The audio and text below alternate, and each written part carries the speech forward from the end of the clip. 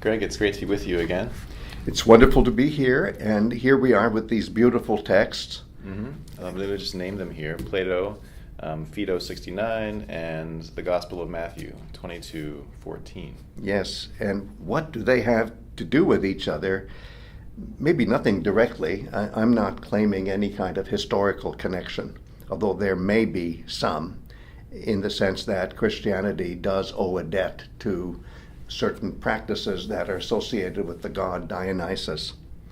But in the Phaedo, what the character of Socrates, I don't like to say Socrates says this and does that, but Plato's Socrates, the character of Socrates, is speaking very knowledgeably here about traditions that go above and beyond Homeric poetry.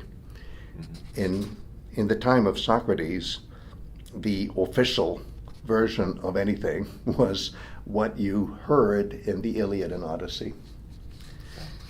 And here, this is hardly official because it sounds as if Orpheus were speaking.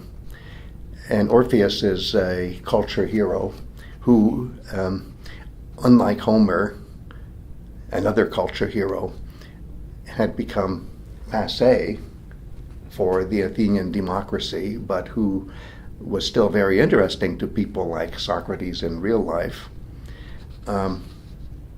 Here we have a situation where Socrates is referring back to Orpheus.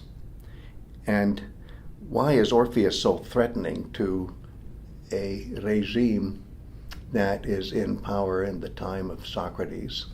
Well, it's because it's very elitist. It has an aroma of tyranny as the Athenian democracy defined it. And it's not straightforward. It's opaque, it's mystical. Mm-hmm. Yeah, we have the word mysteries right there. And it says so right there. And it has a very strong flavor of elitism. So, as those who are involved in the mysteries say, many are the carriers of the Bacchic wand, the narthex.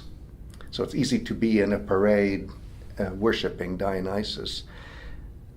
But few are the Bacchoi, and Bacchoi here would be, I define it as the true worshippers of Bacchus, aka Dionysus, but it's already mystical to say, hi, I'm a worshiper of Bacchus, therefore I am Bacchus. That's already making a ritual equivalence between the god that is being worshipped and the worshiper.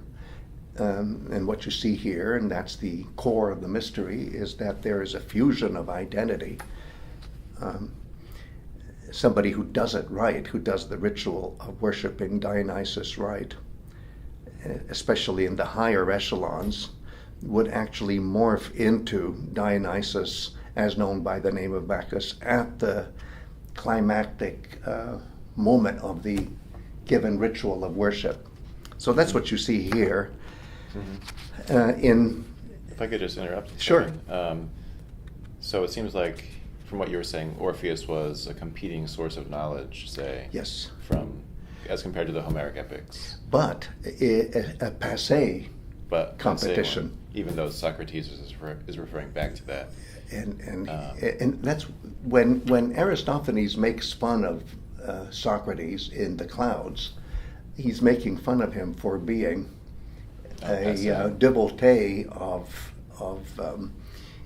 myth ritual patterns that are, well, they seem to be new, but they're really nostalgically old-fashioned and going back to the days of the so-called tyrants of Athens, the Pisistratidae, in the 6th century. So now we're really going back. And in those days, Orpheus was just as acceptable as Homer was. Okay. Mm-hmm. That reminds me of Philostratus, who we studied earlier, but is much later in history. Yes. As an alternative source of knowledge. Yes.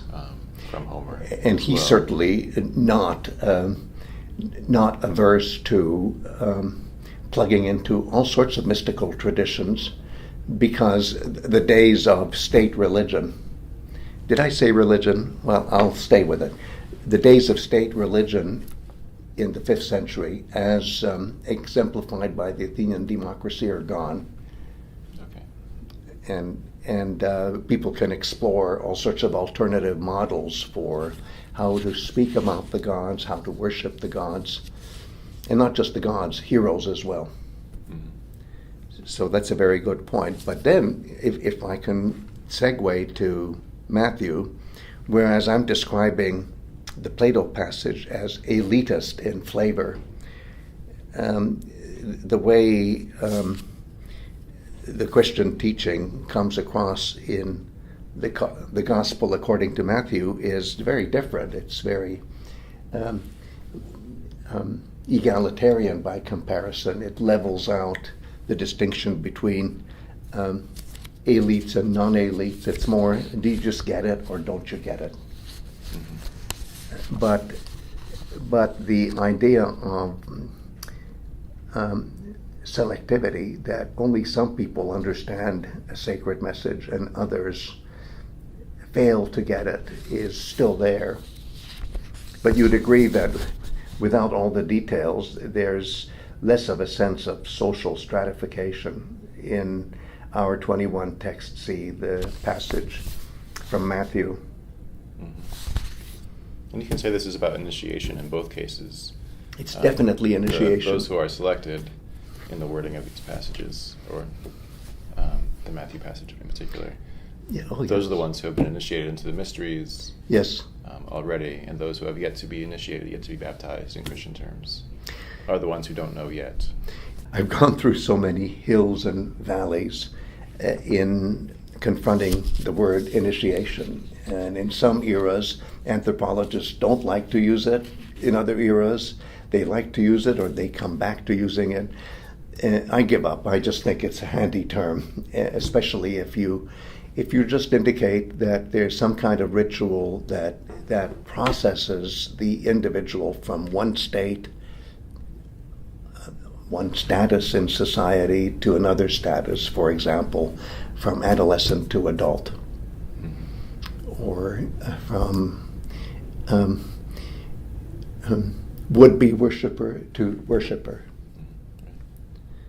And I think it's perfectly okay to use initiation. It's perfectly good to say mysteries. After all, the Greek word mysterion is, if you want to translate it accurately, something you're initiated into.